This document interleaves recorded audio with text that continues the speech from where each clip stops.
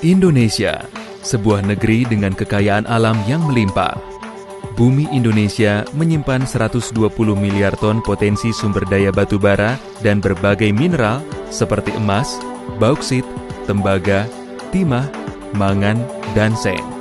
Inilah dinamika pertambangan Indonesia. Sejarah mencatat, pengusahaan pertambangan di Indonesia dimulai oleh VOC. Hasil tambang dipergunakan untuk perang, pelayaran, dan industri. Perusahaan tambang Belanda mulai berdiri di Indonesia berdasarkan peraturan Mijnwet atau Undang-Undang Pertambangan. Saat Indonesia merdeka, satu persatu perusahaan tambang berhasil dinasionalisasi oleh pemerintahan Presiden Soekarno. Di masa transisi Orde Lama ke Orde Baru, perekonomian Indonesia memburuk dan terancam bangkrut. Pemerintahan Presiden Soeharto membuka keran investasi asing demi menyelamatkan perekonomian Indonesia. Undang-undang mengenai penanaman modal asing disahkan, dan berdirilah PT Freeport Indonesia yang menjadi titik awal investasi asing dalam skala besar di sektor pertambangan. Melalui kontrak karya dan perjanjian karya pengusahaan pertambangan batu bara, pertambangan di Indonesia semakin berkembang. Reformasi 98 mengubah pola pemerintahan terpusat menjadi otonomi daerah.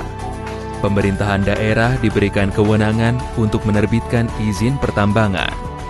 Maka, pertambangan di Indonesia tumbuh secara pesat, meski harus menghadapi berbagai tantangan seperti regulasi yang belum mendukung. Undang-Undang Nomor 11 Tahun 1967 tentang pokok-pokok pertambangan dinilai kurang sesuai dengan otonomi daerah. Maka dirancanglah Undang-Undang baru, Undang-Undang Nomor 4 Tahun 2009 tentang mineral dan batu bara atau Undang-Undang Minerba. Undang-undang ini mengembalikan amanat UUD 1945 pasal 33 ayat 3 yang menyatakan bahwa bumi, air, dan kekayaan alam yang terkandung di dalamnya dikuasai oleh negara dan dipergunakan untuk sebesar-besarnya kemakmuran rakyat. Pemerintah terus berjuang untuk menegakkan Undang-Undang Minerba, dimulai dengan peningkatan nilai tambah pada hasil tambang dengan mendirikan smelter, membatasi ekspor, dan mengembangkan industri hilir. Kemudian melakukan renegosiasi kepada perusahaan tambang agar negara lebih diuntungkan. Ditetapkan juga wilayah pertambangan untuk mencegah tumpang tindih kepentingan. Izin usaha pertambangan terus ditata sehingga pendapatan negara meningkat.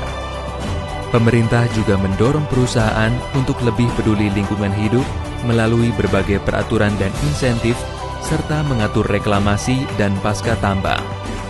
Terakhir, pemerintah juga menjamin pasokan mineral dan batu bara dalam negeri melalui kebijakan Domestic Market Obligation atau DMO.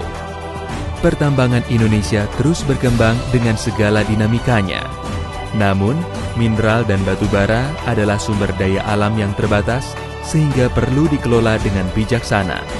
Pemerintah akan terus menjalankan amanat undang-undang memanfaatkan mineral dan batu bara untuk kesejahteraan rakyat Indonesia.